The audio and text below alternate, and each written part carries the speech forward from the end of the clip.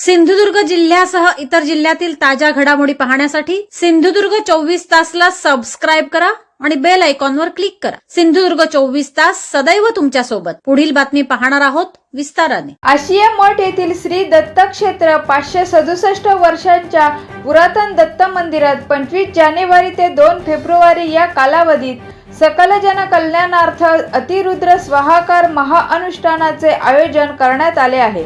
या निमित्त विविध धार्मिक व सांस्कृतिक कार्यक्रमांचे आयोजन करण्यात आले आहे, अशी माहिती अतिरुद्र स्वाहाकार सोहळा समितीचे अध्यक्ष विलास खानोलकर यांनी दिली। गोष्ट आवर्जून सांगतो की आम्ही जे काही कागदोपत्री संशोधन त्या मंदिराचं केलंय, त्या संशोधनातून असा निष्कर्ष निघतो की हे मंदिर याचं चालू वर्ष 2026 आता लागलं आहे।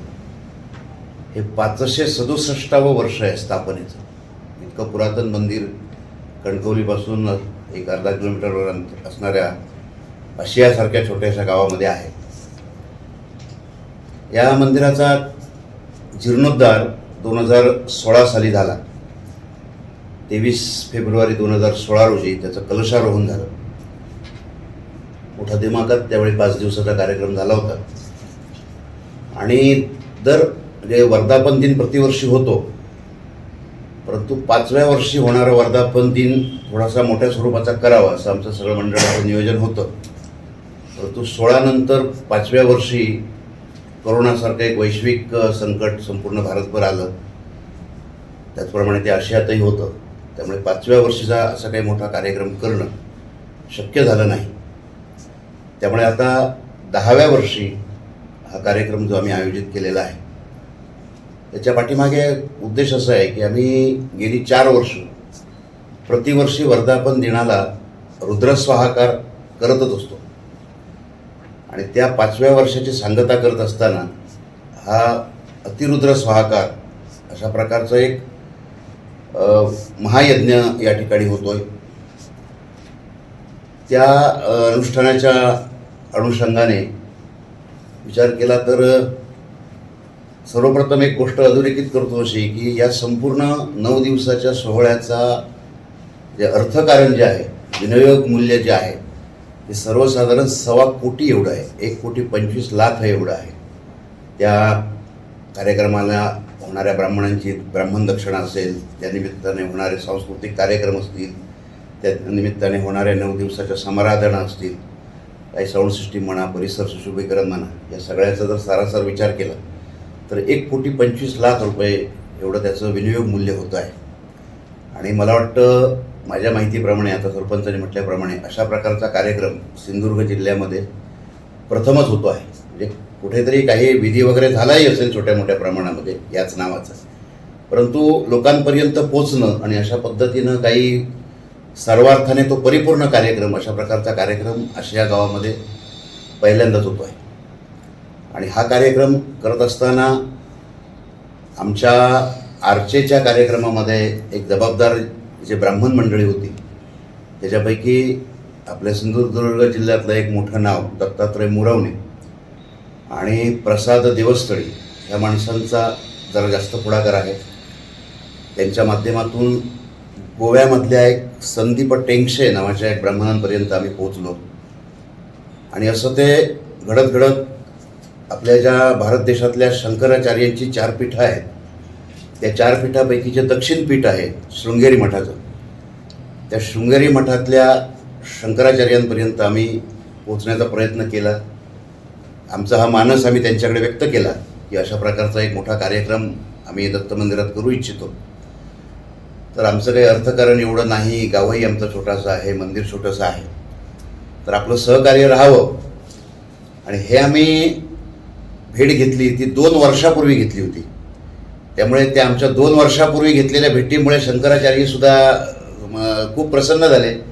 त्यांनी शब्द दिला आहे की आम्ही ह्या कार्यक्रमाला सहकार्य तर राहीलच, परंतु या जो काही कार्यक्रम खरं म्हणजे हा कार्यक्रम 11 दिवसाचा असतो, परंतु काही लोकांच्या इथल्या सगळ्याच लोकांना वेळ देणं शक्य होईल न होईल, कमीत कमी दिवसात कसा करता येईल, तर तो 9 दिवसात करावा असं आम्ही ठरवलं। तर शृंगेरी मठाच्या शंकराचार्यांनी शब्द दिला आहे की या संपूर्ण कार्यक्रमामध्ये 1 दिवसासाठी मी उपस्थित राहील। त्यांचाही व्याप तसा मोठा असतो. तरी आम्ही पत्रिका या कार्यक्रमाची छापून झाली, तर त्यांच्या येण्याच्या दिवसाचा उल्लेख आम्ही करू शकलो नाही. ते एवढ्याचसाठी की त्यांच्याकडून पक्का दिवस मिळत नाही आहे. तो दिवस मिळेल आणि ते एक दिवसासाठी या ठिकाणी येतील. मला वाटतं सिंधुदुर्ग जिल्ह्यात शृंगेरी मठाचे शंकराचार्य येणं हा सुद्धा कदाचित पहिलाच योग असेल असं वाटतं. तर तो पूर्ण व्हावा अशी आमची दत्तचरणी प्रार्थना आहे.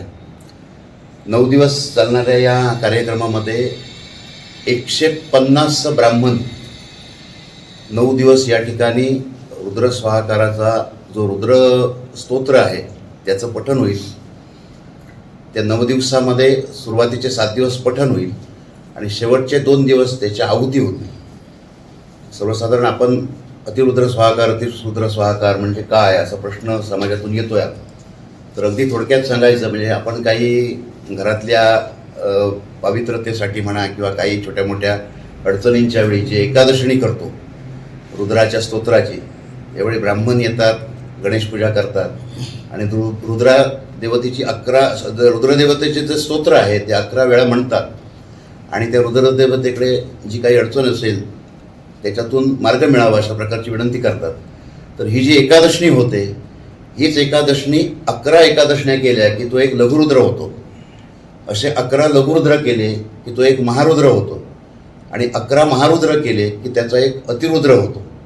आणि असे 11 महारुद्र या 9 दिवसामध्ये या मंदिरामध्ये होतील आणि शेवटच्या 2 दिवसामध्ये एका महारुद्राचं हवन होईल. आणि या हवनाला सर्वसाधारणपणे 225 किलो काळी तिळी लागणार आहे आणि 51 किलो देशी गाईचं तूप लागणार आहे. हे सांगण्याचं उद्देश एवढाच आहे की त्या कार्यक्रमाची व्यापकता किती आहे ही सामान्य माणसाच्या लक्षामध्ये यावी, तुमच्यामार्फत ती लोकांपर्यंत पोचावी अशा प्रकारचा तो विधी आहे. या 9 दिवसामध्ये होणारे सांस्कृतिक कार्यक्रम आहेत रोजरात्री, ते सुद्धा आम्ही वेगवेगळ्या प्रकारचे ठेवले. म्हणजे एखादा असा उत्सव असला की सांस्कृतिक कार्यक्रम म्हणजे काही भजनं होतात, कीर्तनं होतात किंवा दशावतारी नाटक होतं. परंतु या ठिकाणी आम्ही जो प्रयोग केला आहे तो प्रत्येक माणसाला त्या ठिकाणी येण्याचा मोह व्हावा अशा प्रकारचा कार्यक्रम रोज रात्रीचा सांस्कृतिक कार्यक्रम आहे. पहिल्या दिवशी आहे म्हणजे 25 तारीखला हा कार्यक्रम सुरू होतो. त्या दिवशी सकाळी धर्मध्वजाचं अनावरण होईल.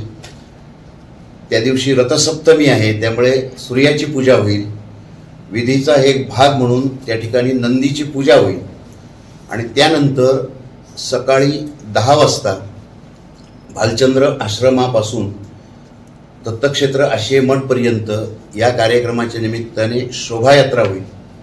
माझ्या अंदाजाप्रमाणे 1000भर लोक या शोभायात्रेमध्ये सहभागी होतील अशी आम्ही योजना केलेली आहे. त्या दिवशी संध्याकाळच्या सत्रामध्ये जो सांस्कृतिक कार्यक्रम होणार आहे तो आमच्या गावातल्याच वाडीवाडीतल्या लोकांचा, त्या वाडीतल्या लोकांनी बसवलेला ग्रामीण परंपरेप्रमाणे काही फुगड्या असतील, काही नृत्य असतील किंवा काही भजनं असतील अशा प्रकारचा कार्यक्रम होईल. दुसऱ्या दिवशी नारदीय कीर्तन होईल. एक दिवशी वारकरी कीर्तन होईल. एक दिवशी सिंधुदुर्ग जिल्ह्यातले जे नामांकित गायक मंडळ आहेत त्यांचा शास्त्रीय संगीताचा कार्यक्रम होईल.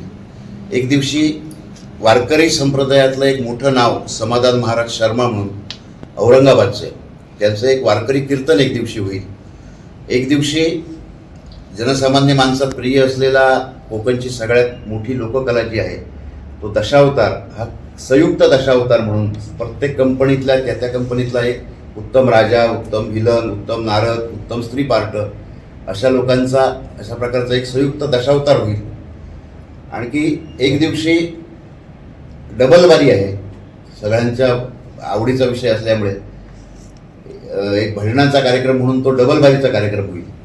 आणि थोडासा वेगळेपणा म्हणून जो सहसा धार्मिक उत्सवामध्ये होत नाही अशा प्रकारचा एक दिवस काव्य संमेलनाचा कार्यक्रम सुद्धा आम्ही त्या ठिकाणी ठेवला आहे. आणि या काव्य वाचनासाठी आपल्या या महाराष्ट्रातली 4 मोठी माणसं, एक महेश केळुसकर, शशिकांत तिरोडकर, गोविंद नाईक आणि प्राजक्ता सामंत ही 4 माणसं त्या ठिकाणी उपस्थित असतील. कार्यक्रमाच्या 8व्या दिवशी आपल्या सिंधुदुर्ग जिल्ह्यातल्या ज्या लोककला आहेत त्या सगळ्या लोककलांचा एक कार्यक्रम होईल. जवळजवळ 32 लोककलांचा समूह असलेला एक सिंधुदुर्ग जिल्ह्यातली रंगखाम नावाची जी संस्था आहे त्याचा तो लोककलेचा कार्यक्रम होईल. शेवटच्या दिवशी भीमसेन जोशींचे एक पट्टशिष्य मेवंडी यांचा शास्त्र म्हणजे अभंगवाणीचा कार्यक्रम होईल, असा तो सांस्कृतिक कार्यक्रम होईल. आणि या 9 दिवसामध्ये एक दिवशी म्हणजे या कार्यक्रमाच्या उद्घाटनाला पहिल्या दिवशी व्यासपीठावर आपल्या भारत देशाचे ऊर्जा मंत्री श्रीपादजी नाईक या ठिकाणी उपस्थित असणार आहेत.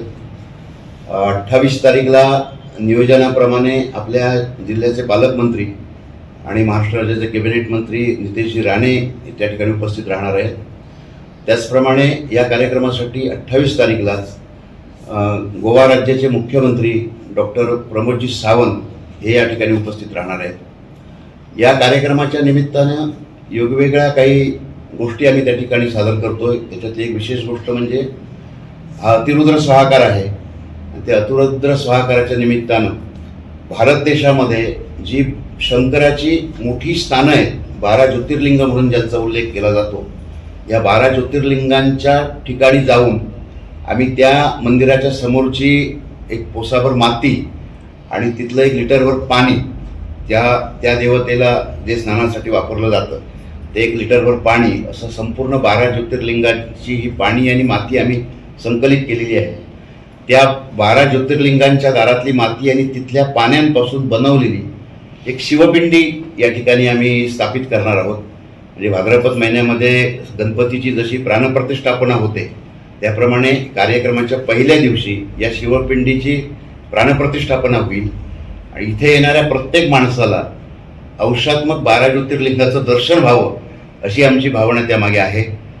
तो एक विशेष कार्यक्रम या ठिकाणी होईल. त्याचप्रमाणे दुसरा आणि एक आम्ही कार्यक्रम या ठिकाणी ठेवला आहे, तो म्हणजे आम्ही नेपाळमधून 1100 रुद्राक्ष मागवलेत आणि हे ह्या ज्या विधीची जी मुख्य देवता आहे रुद्रदेवता, त्याचं जर रूपक आम्ही शिवपिंडी त्या ठिकाणी ठेवणार आहोत. ती ज्या परातीमध्ये किंवा ज्या कुठल्या भांड्यामध्ये ती शिवपिंडी असेल त्या शिवपिंडीच्या बाजूला हे 1100 रुद्राक्ष राहतील आणि त्याच्यावर 9 दिवस अखंड अभिषेक होईल आणि या चालणाऱ्या 9 दिवसातल्या महारुद्रांची आवर्तनं त्याच्यावर होतील. आणि असा अभिमंत्रित झालेला हा जो रुद्राक्ष आहे तो 2 तारीखला दुपारी मुख्य आहुती झाल्यानंतर तो 1 रुद्राक्ष याचं आम्ही अभिमंत्रित मूल्य म्हणून 1100 रुपये आम्ही त्याचे घ्यायचे ठरवले.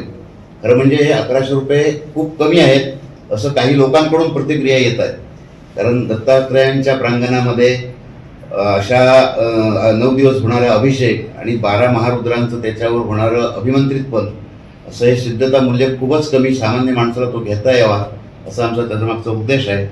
आणि असा रुद्राक्ष जर नावनोंदणी आमच्याकडे 25 तारखेच्या पूर्वी झाली तर आम्हाला तो देणं शक्य आहे, कारण बऱ्याच लोकांचा त्याच्यासाठी मागणीचा ओघ वाढलेला आहे. आतापर्यंत 370-72 नावं नोंद झाली, त्यामुळे फक्त 1100 रुद्राक्ष आहेत. ही सुद्धा महत्त्वाची गोष्ट आहे, तर त्यासाठी लोकांनी नावं नोंदणी करावी. अशा प्रकारचा एक संपूर्ण भरगतचा कार्यक्रम 9 दिवस या ठिकाणी दत्त मंदिर आशियाच्या ठिकाणी होतो आहे. माझ्या बोलण्यात काही कमी जास्त असेल तर समजून घ्या. अधिक काही आपले प्रश्न असतील तर त्याबद्दल माहिती. सर्वप्रथम आधी आपण सर्व उपस्थित पत्रकार मित्रांचं या आशिया गावाच्या वतीने स्वागत करतो. दिनांक 25 जानेवारी ते 2 फेब्रुवारी आशिया दत्त मंदिर येथे अतिरुद्र स्वाहाकार फार मोठा एक धार्मिक कार्यक्रम आहे. आपल्यापैकी बऱ्याच जणांना त्याची कल्पना आहे, पण आपल्या माध्यमातून तो कार्यक्रम मला वाटतं म्हणजे चुकत नसेल तर जिल्ह्यातील एवढा मोठा पहिल्यांदाच धार्मिक कार्यक्रम होतोय.